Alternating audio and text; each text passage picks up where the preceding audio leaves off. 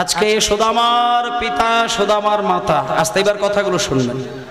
সুদামার মা সুদামাকে কোলে করে নিয়ে শান্তিপুনি মুনির গৃহের দিকে ছুটে চলল কৃষ্ণের কাছে সুদামাকে রেখে দিয়ে আসার জন্য। এইবার যখন কোলে করে নিয়ে যাচ্ছে সুদামা, সুদামার মা সুদামাকে, তখন বলছে শিক্ষার উদ্দেশ্যে সবাই কথায় চলিলা, শিক্ষার উদ্দেশ্যে সবাই কথায় চলিলা।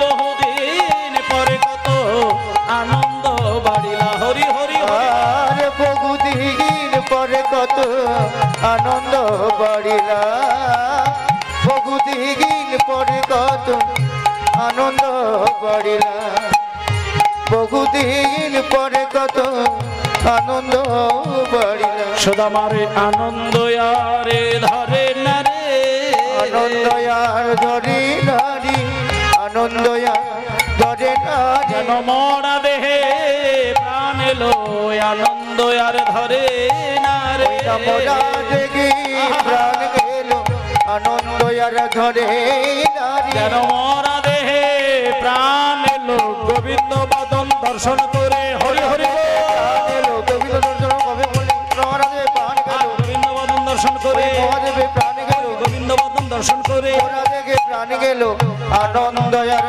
ধরে নারী, আনন্দ আর ধরে নারী।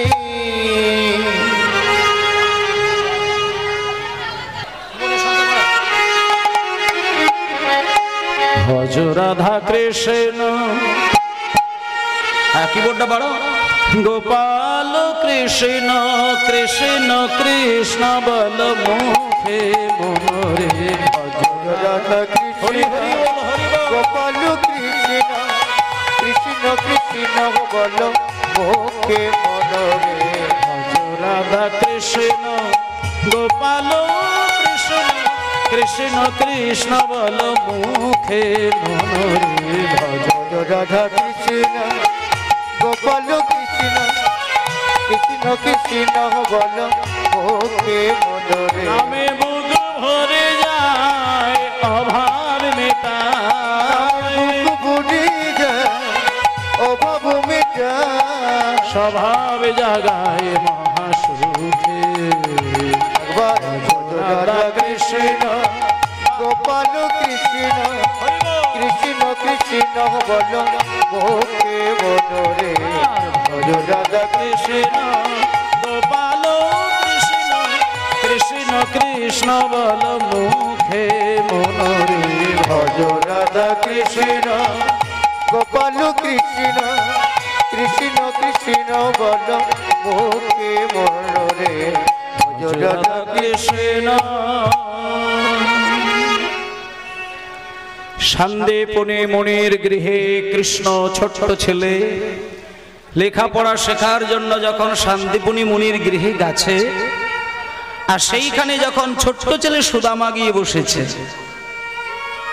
একদিকে ভগবান আর একদিকে ভক্ত। মায়েরা শোনেন, ভক্তকে কাছে পায়, ভগবানকে পায় না, আর নচেত ভগবানকে পেয়েছে ভক্তকে পায় না। একসঙ্গে যুগল চরণ পাওয়া খুব দুর্লভ সম্পদ। আজকে যখন শান্তিপুনি মুনি দুই সম্পদকে পেলেন, কৃষ্ণকেও সামনে বসে থাকতে দেখেছে, আর ওই সুদামাকেও বসে থাকতে দেখল।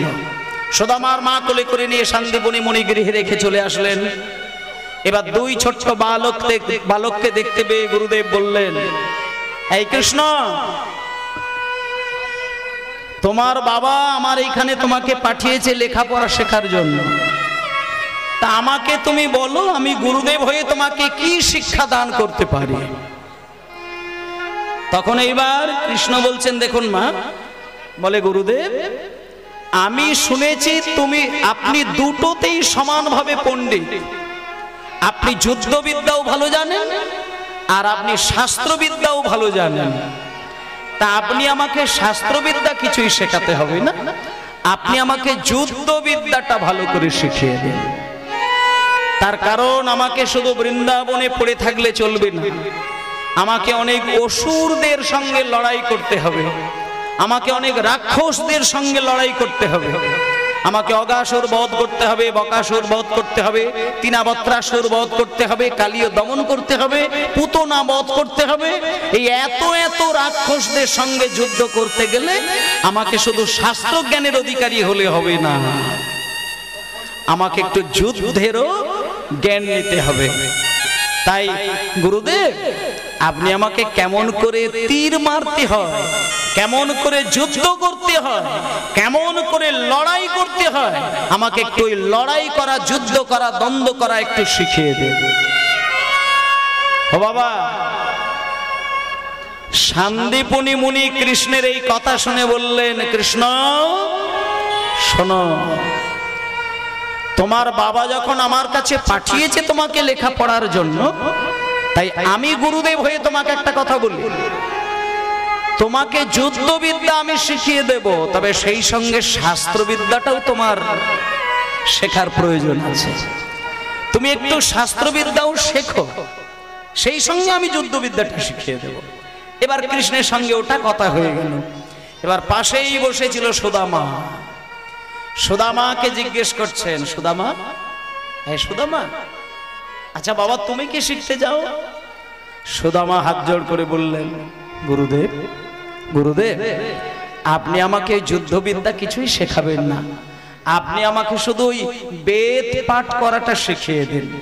কেমন করে বেদ পাঠ করতে হয় আমাকে বেদ পাঠ করাটা শিখিয়ে দিন। ও, তুমি বেদ পাঠ করবে? বাহ, ঠিক আছে ঠিক আছে ঠিক আছে, তবে একটা কথা বলি বাবা, শুনে নাও। বেদ পাঠ করাটা মুখে যতটা বলা সহজ, পাঠ করাটা কিন্তু তত সহজ নয়। মায়েরা এখানে যারা যারা দীক্ষা মন্ত্র নিয়েছেন তাদেরকে একটা কথা বলি, যারা গুরুর কাছ থেকে দীক্ষা মন্ত্র কান দিয়ে হৃদয়ে স্থান দিয়েছেন তাদেরকে আমি একটা নিয়ম বলে দিই। যেমন কৃষ্ণ মন্ত্রে যারা দীক্ষিত, এখানে যারা কৃষ্ণ মন্ত্রে দীক্ষিত আছে দেখবেন তাদের ওই কৃষ্ণ মন্ত্রের মধ্যে যেখানে কামবীজ মন্ত্রটা রয়েছে, ওই কামবীজ মন্ত্রের মধ্যে দেখবে ক লয়ে দীর্ঘী চন্দ্রবিন্দু অনুষ্কার, এই 5টি বর্ণের একটি বর্ণ মিলিত করা রয়েছে। কয়লয়ে দীর্ঘী চন্দ্রবিন্দু অনুষ্কার, এটা কিন্তু সকলেরই কিন্তু কামবীজ মন্ত্রে থাকবেই থাকবে, যারা কৃষ্ণ মন্ত্রে থাকবে। এবার যদি আপনি এই মন্ত্রটি না পেয়ে থাকেন কৃষ্ণ মন্ত্র পাওয়ার পরে, তাহলে জানবেন আপনার সঠিক মন্ত্র নেওয়া হয়নি, আপনাকে এখন অন্য গুরু ধরতে হবে। এই কয়লয়ে দীর্ঘী চন্দ্রবিন্দু অনুষ্কার, এই যে 5টি বর্ণের মিলিত একটি বর্ণ, এটা ভগবান শ্রীকৃষ্ণ রাসলীলাতে যে বাঁশিটা বাজিয়েছিলেন সেই বাঁশির সুরের মাধ্যম দিয়ে বেরিয়ে এসেছিল। জাগৌ কলং বামাদ্রি সংমনোহরং, কল দীর্ঘী চন্দ্রবিন্দু অনুষ্কার, এই 5টি বর্ণকে বলা হচ্ছে পঞ্চম তান। যেটা রাসলীলার পদে একটা গান হয় না, মুরলীর গান পঞ্চম তান কুলবতী চিতচরণী, একটা গান হয়, ওই পঞ্চম তান এইখানে। তাহলে সেই পঞ্চম তানের যে সুর, সেটা মন্ত্র রূপে আমাদের কাছে গুরু পরম্পরায় এসেছে। তাই সেটা যদি আমরা কোনোদিন গুরুর কাছ থেকে পাই, সেটা কিন্তু আমাদের জীবনে কোনোদিন ভুলতে নেই। মায়েরা, গুরু মন্ত্র নেওয়ার পরে যদি কোনো ব্যক্তি মন্ত্রটা ভুলে যায়, তাদের জন্য একটা কথা বলে দিই, মন্ত্র না নেওয়া ভালো, কিন্তু নিয়ে ভুলে গেলে তার অপরাধের বোঝা কিন্তু আপনি বইতে পারবেন না। যেমন বাবা যদি ঋণ করে মরে যায়, সেই ঋণের বোঝা কিন্তু ছেলের মাথার উপরে চেপে যায়। তেমন আপনি যদি নাম অপরাধের বোঝা রেখে যান, সেই নাম অপরাধের বোঝা কিন্তু আপনার সন্তানের উপরে পড়তে পারে। তাই জন্য আপনি মন্ত্র যদি না নিয়ে থাকেন তো ঠিক আছে, আর যদি নিয়েছেন সেটা যদি জীবনে আবার কোনোদিন ভুলে যান, শাস্ত্র বলছে তোমাকে 108 খানা ব্রাহ্মণ ডেকে প্রায়শ্চিত্ত করতে হবে, তারপরে আবার তোমাকে মন্ত্র সংস্কার করতে হবে। তাই মায়েরা, বেদে প্রমাণ রয়েছে যে বেদ পাঠ যদি কেউ মুখস্থ করে শুনে শুনে, তাকে আবার সেই মন্ত্র জীবনে কোনোদিন যদি ভুলে যায়, তাকে ব্রাহ্মণ ডেকে প্রায়শ্চিত্ত করতে হয়। তাও কটা ব্রাহ্মণ? 108টি ব্রাহ্মণ, 108টি ব্রাহ্মণ ডেকে প্রায়শ্চিত্ত করার বিধান রয়েছে বেদে। তাই ভক্তমণ্ডলী মায়েরা, আজকে সুদামা যখনই গুরুদেবকে হাত জোড় করে বললেন, গুরুদেব আপনি আমাকে বেদ পাঠ শিখিয়ে দেবেন, আপনি যখন বেদ পাঠ করবেন আমি আপনার সামনে মন প্রাণ দিয়ে বেদের মন্ত্র মুখস্থ করব। এক সময় তো বেদ পাঠ তো মুখস্থ ওই বই দেখে মুখস্থ করা হতো না, শুনে শুনে মুখস্থ করা হতো। ওই জন্য বেদের আরেক নাম ছিল শ্রুতি। তা ওই জন্য সান্দীপনী মুনি সুদামাকে বলছে, সুদামা বেদ পাঠ করা শিখবে, এটা খুব আনন্দের বিষয়, কিন্তু একটা কথা আমি তোমাকে বলি, এটা তুমি মনে রেখে দাও, বেদ পাঠ শুনতে শুনতে শুনতে শুনতে যদি কোনোদিন মুখস্থ হয়ে যায়, সেই মন্ত্র যদি জীবনে কোনোদিন আবার ভুলে যাও, তাহলে তোমাকে 108টি ব্রাহ্মণকে প্রায়শ্চিত্ত করতে হবে। তাই তুমি জীবনে কোনোদিন বেদ পাঠ ভুলবে না, এটা আমি তোমাকে কথা দিলাম। তখন সুদামা বলছেন, গুরুদেব আমি কথা দিলাম, আপনি যদি আমাকে বেদ পাঠ শিখিয়ে দেন, আমি যতদিন বেঁচে থাকব ওই বেদের মন্ত্র আমি জীবনে কোনোদিন ভুলবো না। আপনি আমাকে বেদ পাঠ শিখিয়ে দেন। এই দেখতে দেখতে দেখতে দেখতে ও মায়েরা, কৃষ্ণ যুদ্ধবিদ্যা শিখল আর সুদামা বেদ পাঠ করা শিখল। একদিন একদিন করে 1 মাস কাটলো, আর 1 মাস 1 মাস করে 12টা মাস কাটলো। ইতিমধ্যেই 1টা বছর কেটে গেল। তাহলে মায়েরা বলুন তো, 5 বছর বয়সে লেখাপড়া শিখতে গেল, 6 বছর বয়স পর্যন্ত লেখাপড়া শিখলো, 1টা বছর মাত্র শিখেছে। গুরুদেব কিন্তু ছেলেটার যখন 6 বছর বয়স হয়ে গেল, সান্দীপনী মুনি অবাক হয়ে গেলেন যে আমার কাছে 1000 ছেলে লেখাপড়া শিখছে, বেদের একটা অধ্যায় মুখস্থ করতে গেলে 10 বছর, 5 বছর, 2 বছর, 4 বছর করে কেটে যায়। আর সুদামা তো দেখছি 1 বছরের মধ্যে 4খানা বেদ আর 6খানা দর্শন মুখস্থ করে ফেলেছে। কি করে সম্ভব? গুরুদেব ঘুরিয়ে ফিরিয়ে যে অধ্যায় থেকে শ্লোক বলতে বলে, সুদামা চোখ বন্ধ করে সেই শ্লোকটাই বলে দেয়। অবাক হয়ে যায়, অবাক হয়ে যায়।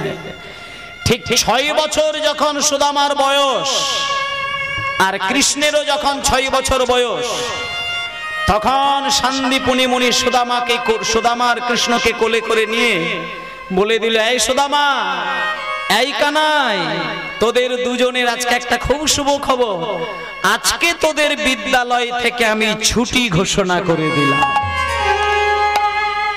কৃষ্ণ তুমি চলে যাও আমার কাছ থেকে জগৎ কল্যাণের জন্য দ্বারকা মথুরায়, আর সুদামা তুমি চলে যাও, তোমার বৃদ্ধ পিতা মাতা তোমার আশা পথে নয়ন দিয়ে বসে আছে, চলে যাও তুমি বাড়িতে।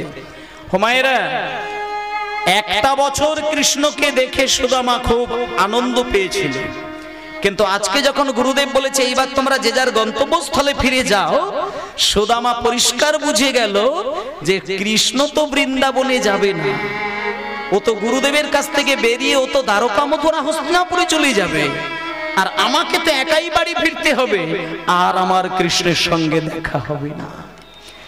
ওই যে বুঝলো কৃষ্ণের সঙ্গে আমার দেখা হবে না, সঙ্গে সঙ্গে সুদামা ওইখানেই আছাড় খেয়ে, ওরে কানাই রে কানাই রে হরি বল, ওরে কানাই রে কানাই রে,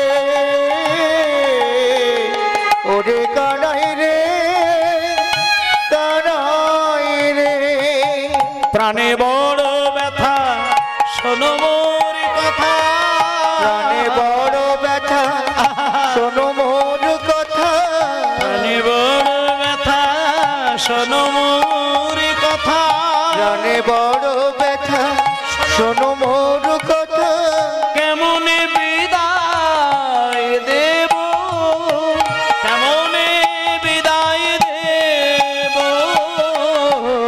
ওরে কানাই রে কানাই রে, ওরে কানাই রে কানাই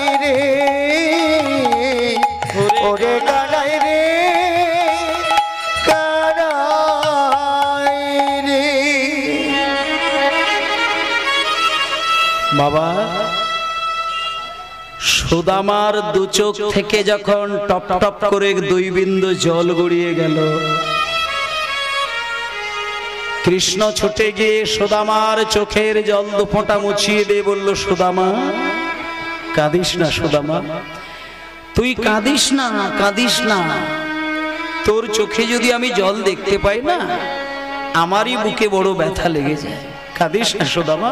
হ্যাঁ সুদামা, আমি তোর প্রাণের বন্ধু, তাই কান্নাকাটি করিস না। আমি তোকে একটা কথা দিলাম, আমি এখন গুরুদেবের কাছ থেকে বেরিয়ে যাব দ্বারকা, তারপরে আমি যাব মথুরায়।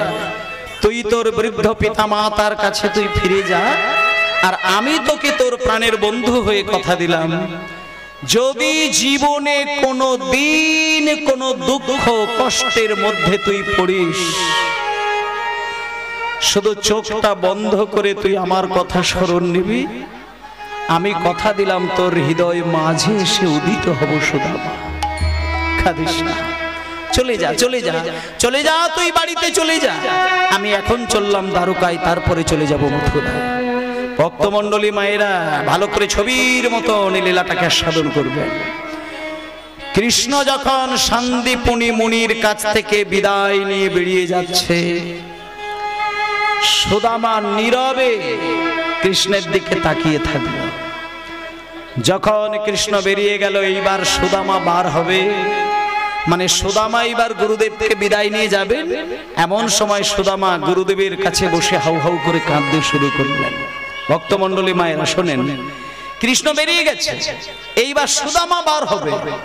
এমন সময় সুদামা গুরুদেবের চরণ দুটো জড়িয়ে ধরে বলছে, গুরুদেব আমি একটা কথা বাবার মুখে শুনেছিলাম, যে কোনো গুরুদেবের কাছ থেকে যখন কোনো জিনিসকে হৃদয়ে ধারণ করা হয়, প্রথম দিনেই নাকি তাকে দক্ষিণা দিতে হয়।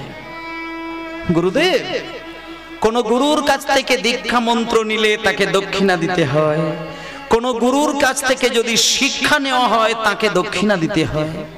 তা আপনি যে আমাকে 1 বছর ধরে লেখাপড়া শেখালেন, আমি এখন যে বেরিয়ে যাব আমার বাড়িতে, আমি শুনেছি গুরুর চরণে দক্ষিণা না দিয়ে যদি কেউ বিদ্যালয় থেকে বাড়ি যায়, তার শিক্ষা, তার পাণ্ডিত্য জগতে নাকি শুভ কাজ হয় না। কিন্তু গুরুদেব আপনি আমাকে বিদায় জানাচ্ছেন, আমি বিদায় না নেব, কিন্তু একটা কথা বলি গুরুদেব, আমার কাছে টাকা পয়সা নেই যে আপনাকে দিয়ে বেরিয়ে যাব, কিন্তু দক্ষিণা না দিয়েও কিন্তু আমি যাব না। তাই দক্ষিণা স্বরূপ আমি আপনার চরণে যেটা দিতে চাই সেটা আপনি শুনে নেন।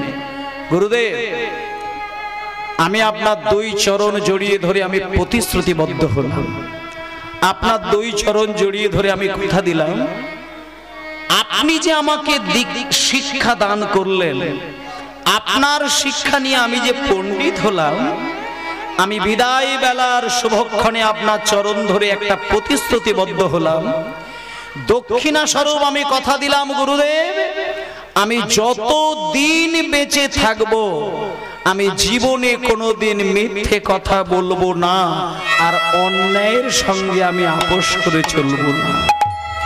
তাতে যদি মনে হয় যে আমার অন্ন না জুটে আমি মরে যাব, আমি তাও আচ্ছা, তাও ভালো, কিন্তু মিথ্যে কথা বলা আর মিথ্যে পথে চলা এটা আমি জীবনে কোনোদিন করব না।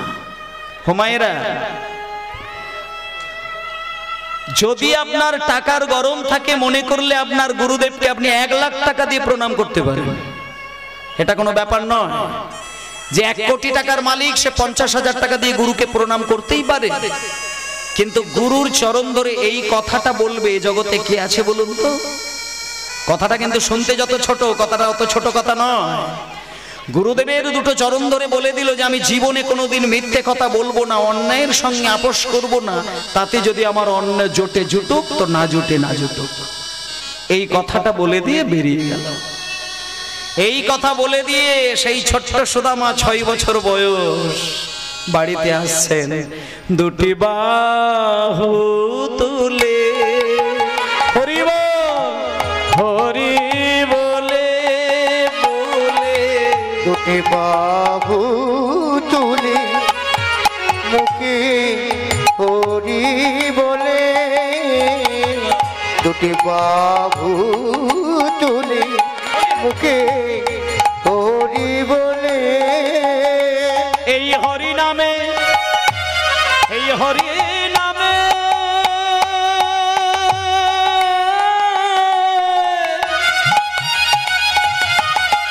পূর্ণ হবে সকল মনস্কার। হরি হরি হরি হরি বল। এই হরি নামে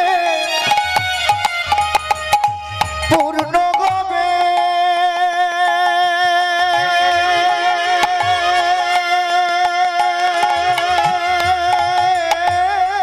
হরি বল হরি বল। সকল মনস্কার। হরি প্রেম নেবিয়াই বদন ভরে বলে রে হরি নাম। বিনে বিয়াই বদন ভরে বল রে হরি নাম।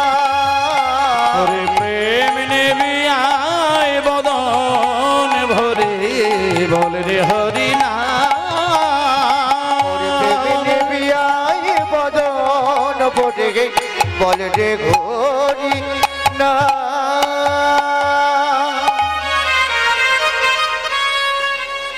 মায়েরা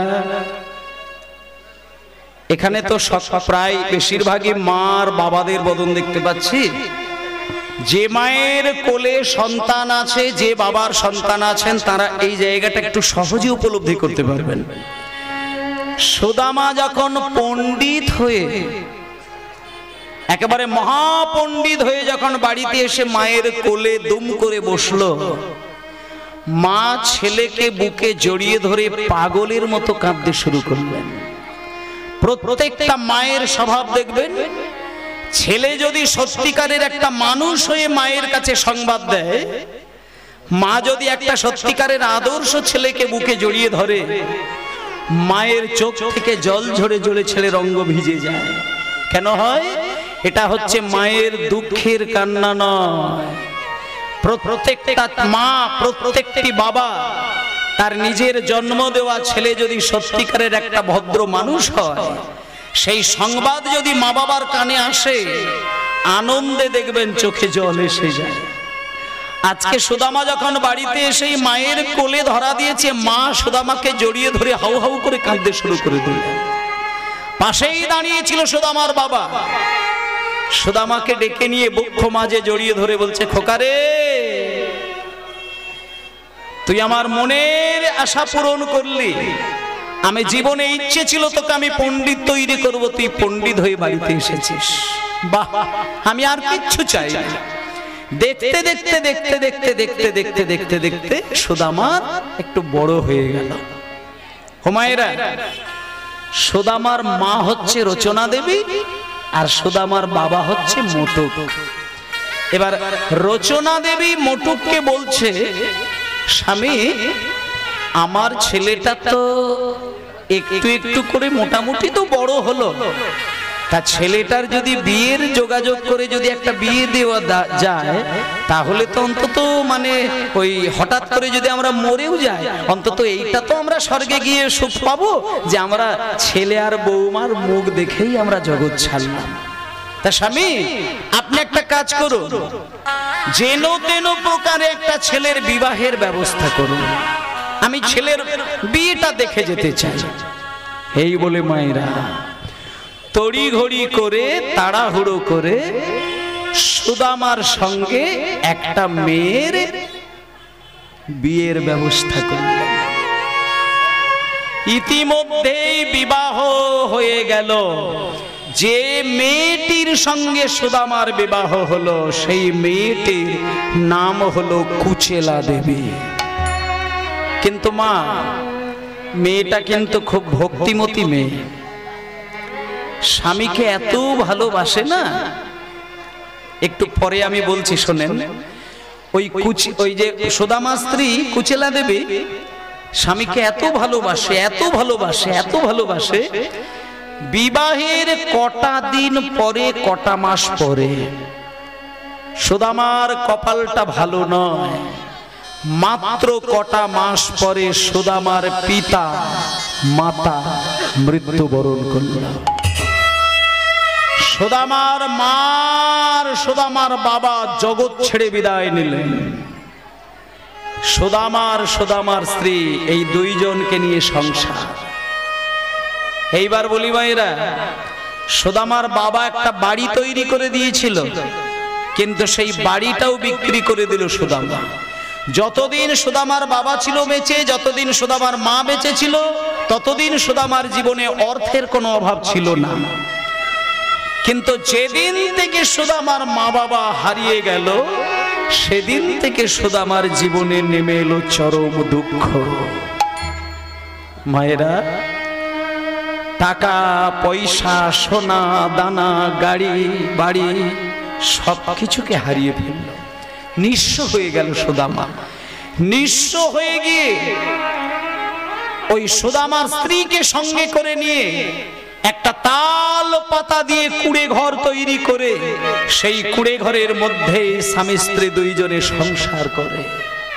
কিন্তু মায়েরা, সুদামা স্ত্রী এত সুদামাকে ভালোবাসে, এতটাই পতিব্রতা নারী, কোনোদিন ফ্যান খেয়ে দিন কাটাচ্ছে, কোনোদিন দুটো শুকনো মুড়ি চিবিয়ে চিবিয়ে দিন কাটাচ্ছে, কিন্তু কোনোদিন কিন্তু কুচেলা দেবী স্বামীকে অভাবের কথা বলেন। মায়েরা, যে কোনো নারী দেখবেন স্বামীর ভালোবাসাটুকু যদি পবিত্রভাবে পায়, সেখানে ওই টাকা পয়সা সোনা দানাটা কিন্তু মেয়েরা পছন্দের দিকে থাকে না। স্বামীর ভালোবাসা পেলে ওই মাটির ঘর, ছিটে বেড়ার ঘর, তালপাতার ঘর, খড়ের ছাউনি, সেটাকেই নিজের রাজপ্রাসাদের মতন করে সাজায়।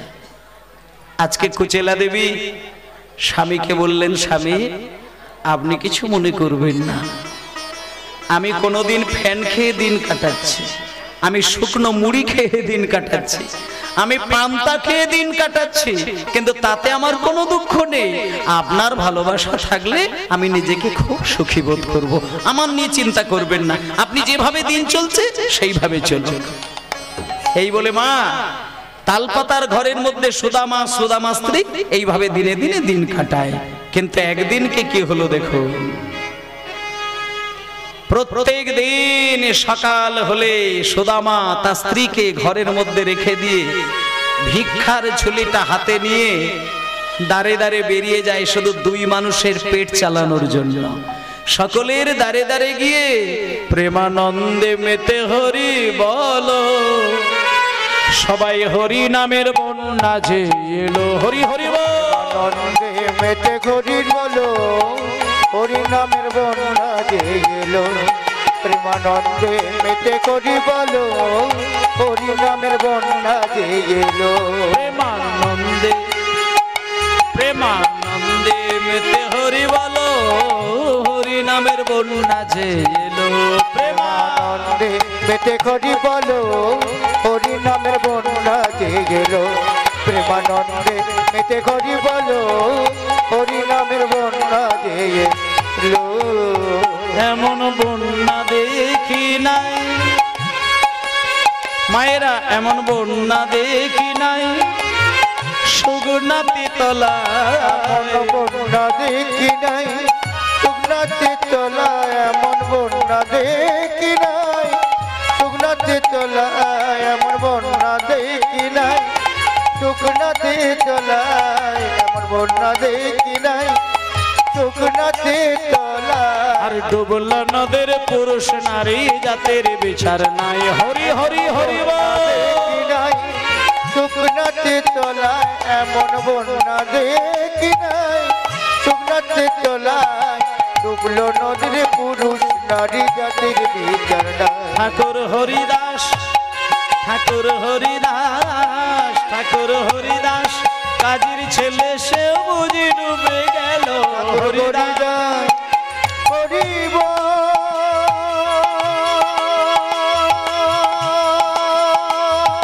বলে রে হরিদাস, হরি বল বলে রে হরিদাস, হরি বল বলে রে হরিদাস, হরিদাসে কাজের ছেলে সবুজে ডুবে গেল, হরিদাসে কাজের ছেলে সেও বুঝে ডুবে গেল। হরিদাস ওই হরিদাসে কাজের ছেলে সেও বুঝে ডুবে গেল। আর হরি নামের বন্যা যে এলো, প্রেমানন্দে মেতে হরি বলো, হরি নামের বন্যা যে এলো, প্রেমানন্দে মেতে হরি বলো, হরি নামের বন্যা যে গেল। প্রেমানন্দে মেতে হরি বলো, হরি নামের বন্যা যে গেল।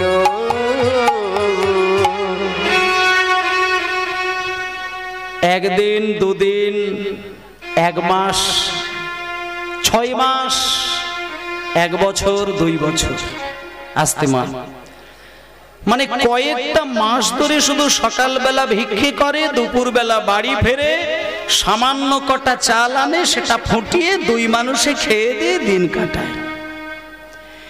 কিন্তু মিনিমাম প্রত্যেকটা বাড়ির স্বামীর একটা চিন্তা থাকা উচিত, ফ্যান খেয়ে দিন কাটানো যায়, শুকনো মুড়ি খেয়ে দিন কাটানো যায়, পান্তা খেয়ে দিন কাটানো যায়, না খেয়েও দিন কাটানো যায়, কিন্তু নারী জাতির কতগুলো দিকটা তাকাতে হয়। এই যে আপনারা মায়েরা যারা বসে আছেন, আপনাদের একটা কথা বলি, স্বামীর মুখের দিকে তাকিয়ে, স্বামীর সম্মানের দিকে তাকিয়ে অনেক মেয়েরাই অনেক কিছু অভাব অনটনকে দাঁতে দাঁত চেপে সহ্য করে নেয়, কিন্তু একটা জিনিস কিন্তু কোনো মা সহ্য করতে পারে না। আজকে কুচেলা দেবী স্বামীর ভালোবাসা মানছে, খুব সুন্দর, কিন্তু একটা দিকে যে স্বামী খেয়ালি করেনি, স্ত্রীকে যে একটা কাপড় শুধুমাত্র পরিয়ে রেখে দিয়েছে, আর একটা যে মিনিমাম দামি শাড়ি না হলেও ভালো একটা শাড়ির দরকার, সেটা যে দিতে হবে, সেটা সুদামা বেমালুম ভুলে গেছে। এবার ওই একটা শাড়ি পরে পরে বাইরে ঘরে যাতায়াত করতে করতে দেখা গেল শাড়ির শত জায়গায় ছোট ছোট ছিদ্র হয়ে গেছে।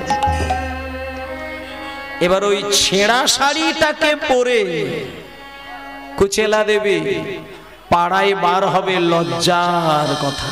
মায়েরা, শাড়িটাকে নিয়ে যখন কুচেলা দেবী অঙ্গে জড়াতে গেল, দেখলো লজ্জাটাকে ওই ছেঁড়া শাড়ি দিয়ে ঢাকতে পারছে না।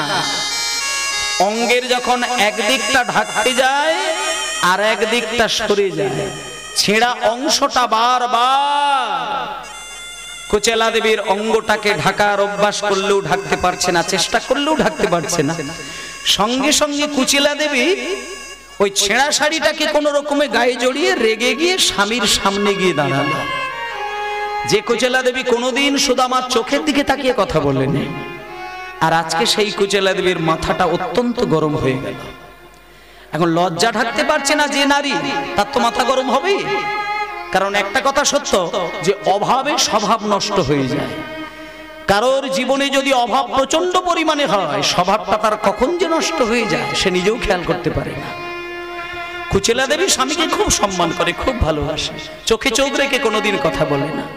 কিন্তু আজকে ওই ছেঁড়া শাড়িটাকে জড়িয়ে ধরে স্বামীর কাছে গিয়ে বলল, স্বামী স্বামী, আমি শুনেছি তোমার বন্ধু নাকি দ্বারকার রাজা। তা একটা কথা বলি স্বামী, যার বন্ধু রাজা হয় তার সংসারে তো অর্থের অভাব থাকা ভালো নয়। তা স্বামী, এত অভাব, এত দুঃখ, এত জ্বালা যন্ত্রণার মাঝখানে কষ্ট করে পড়ে না থেকে একটুখানি ওই বন্ধুর কাছে গিয়ে বলো না, একটু হাত পেতে সামান্য কিছু টাকা পয়সা চাও না, যদি তোমার বন্ধু দিয়ে দেয় তাহলে তো আমাকে এত জ্বালা যন্ত্রণা সহ্য করতে হয় না স্বামী। তখন সুদামা ওই কুচেলার দিকে তাকালো, তাকিয়ে বলছে, কুচেলা কি বলছো তুমি, কি বলছো তুমি? আমি আমার ভাই কানাইকে কতটা ভালোবাসি তুমি জানো? আমার মা যখন আমাকে সোনার জিনিস সাজিয়ে দিয়ে কৃষ্ণের কাছে পাঠাতো খেলার জন্য, আমি তার মুখের এঁঠো খাবারটা খেতে লোভ খাবার জন্য আমার শরীরের সোনার গয়নাগুলো আমি তাকে লুকিয়ে লুকিয়ে দিয়ে দিতাম। আমি শুধু আমার বন্ধুর মুখের এঁঠো খেতে গিয়ে আমার শরীরের গয়নাগুলো তাকে দিয়ে দিতাম। আর আজকে আমি সংসারের এই অভাবে পড়ে যে বন্ধুকে আমার সোনার জিনিস দিয়ে আমি তার এঁঠো খেতাম, আর আজকে সেই বন্ধুর কাছে আমি হাত পেতে টাকা চাইবো কুচেলা? তুমি যাই বলো কুচেলা, আমি যদি না খেতে পেয়ে মরেও যাই, আমার ভাই কানাইয়ের কাছে গিয়ে সংসারের অভাবের কথা আমি কোনোদিন বলবো না। তুমি যাই বলো কুচেলা, আমি কোনোদিন আমার ভাই কানাইয়ের কাছে যাব না। এইবার মায়েদের একটা কথা বলবো, সত্যিকারের যে স্ত্রী স্বামীকে ভালোবাসে না, সেই স্ত্রী হয়তো 100টা কথার মধ্য দিয়ে হয়তো একটা কথা স্বামীকে বাজে কথা বলেই ফেলে, কিন্তু স্ত্রীর মুখের কথা শুনে বা স্ত্রীর কোনো আচরণের পরিপ্রেক্ষিতে কোনো স্বামী যদি ব্যথা পেয়ে কেঁদে ওঠে, খেয়াল করে দেখবেন যে সত্যিকারের পতিব্রতা নারী হয়, সে স্বামীর চোখে 1 ফোঁটা জল দেখলে 100 ফোঁটা নয়নের জলে স্ত্রী কেঁদে ওঠে। এটাকে বলে পতিব্রতা নারীর ভালোবাসার লক্ষণ। ভালোবাসার মানুষের চোখে জল দেখলে কোনোদিন সহ্য করতে পারে না। যখনই সুদামা এই কুচেলা দেবীর কথাটা শুনে একটু ব্যথা পেয়ে গেলেন, সঙ্গে সঙ্গে কুচেলা দেবী বুদ্ধিমতী ছিলেন তো কথাটাকে ঘুরিয়ে দিয়েছেন। স্বামী স্বামী, না না না না না না, আপনি কিছু মনে করবেন না, আপনি কিছু মনে করবেন না। আসলে না, আপনাকে আমি ওই মানে কষ্ট দিয়ে, ব্যথা দিয়ে, যন্ত্রণা দিয়ে কোনো কথা বলতে চাই না। আসলে আমি একটু দূর দিয়ে একটা কথা আপনাকে বোঝাতে চাইছিলাম। আমি তো আপনার সঙ্গে কয়েকটা দিনই তো কাটাচ্ছি ঘরের মধ্যে, তাই আপনার চোখ মুখের দিকে তাকিয়ে আমি একটা জিনিস বুঝতে পেরে গেছি, আপনার বন্ধুকে অনেকগুলো বছর দেখেননি বলে আপনার মনটা আসলে খুব চঞ্চল হয়ে উঠেছে।